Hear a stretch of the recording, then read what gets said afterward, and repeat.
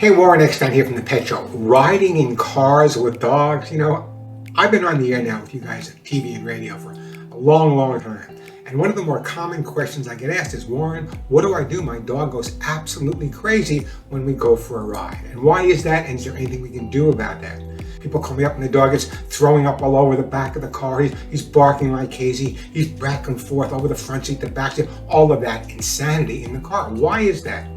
Well, look at it from the dog's point of view. You're in something that's moving, and there's other things moving past you. Instinctively, dogs like to chase. So it's very possible they're a little chase happy when they're riding in the car. But that's just one of many, many reasons. So many of my listeners and so many people that watch my videos have rescued and adopted dogs. And dogs learn through the associative memory. So for example, maybe the dog was tossed out of a car. Maybe the dog was abused by someone in a car. Maybe the last ride the dog had was going to a shelter. All of these things can be interpreted from the dog's perspective as negative reasons to be afraid of riding in cars. So what do? Pets are part of the family nowadays. Let's face it. It's no longer Duke, Duchess, and Queenie. It's Harry, Sam, and Sally. We changed their names, which means they're part of the family. Of course we want to take them to the beach. We want to take them to the park. We want to take them to Grandma's house on Mother's Day as well. So how do we get the dog used to riding in the car? Number one, and this is really, really important, is you don't want to force the situation. What I often recommend that we do is start gradually. Take the dog outside, have all the doors on the car open. Have one person on one side that the dog adores and another person on the other side. That's enough for the day. Don't even try to get the dog in and out of the car. Let him just see a good buddy on the other side. That's step number one. After you've done a few days of that, what you can do is encourage the dog to jump into the car and ride out the other side so it doesn't feel confined or that something negative is going to happen. Now, this is all over a period of weeks. It's not going to happen overnight. So building up this confidence is going to take some time.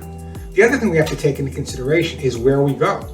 Very often, the only time your dog sees the car is going to the veterinarian, going to the groomer, going to a boarding facility, which may be fine, but dogs are not thrilled about going to the doctor, nor am I. So what you need to understand is once you get the dog comfortable going in and out of the car, then you can take some time just sitting in the driveway with the dog in the car, turn on your favorite radio station. I can recommend a couple to you, and just kind of sit there. Keep the windows open. Don't even start the car. Just sit there, hang out for a few minutes. Of course, end on a positive note. When you come outside, a special toy, a special treat, dance, whatever you have to do. Then once we have the dog feeling comfortable in the car in the driveway, we're going to back out and pull back in and take right into the house. Back out, pull back in, and go right into the house. We'll do that for a few days as well.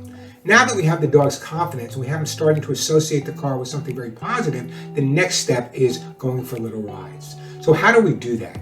If the dog is fearful because he thinks he's going to the vet or the groomer or boarding, what we need to do is counter condition that. So what I do is back the car out of the driveway, drive 3/4 down the block or a full block, and at that time have one of his favorite people there with his treat or a toy or something that he really enjoys. This way you get out of the car and he associates going for a ride in the car with something positive.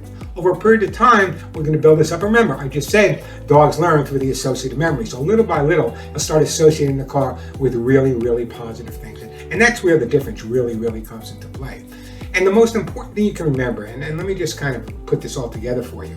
Not all dogs react in a car because they're upset. There are legitimate dogs that have motion sickness, and you can have conversations with your vet. There are things you can do for motion sickness as well. However, over the years, I've worked with a lot of dogs whose motion sickness was based on anxiety and stress, not a physical reason. But always check with your vet. There might be some physical reason that your dog is throwing up in the car. We don't want that to happen. So please take into consideration that we love our pets. We want them to go for rides everywhere with us. But the bottom line is we need to take the time to educate them the proper way and make the car a real comfortable place. In fact, I recommend to people very often just sitting in the car playing with the dog every day for a few minutes. Again, remember, especially if you have a dog that maybe was driven to a shelter or abandoned on the streets or abused, these dogs often associate that car. And just to kind of follow up, the next question I often get asked is, Warren, why does my dog always chase cars? Well, why do you think your dog chases cars? Because the dog always wins. The car runs away, right? Just the same reason the dog barks at the mailman every day. Mailman comes, make noise, the dog barks, the mailman runs away. Dog has more confidence. Great ego there. Dogs do have egos, by the way. Take my word on that. So the bottom line is chasing cars is a little bit different than getting your dog comfortable in the car. We'll talk about that in the future. In the meantime, let's go for a ride with Fido. I'm Warren Eckstein.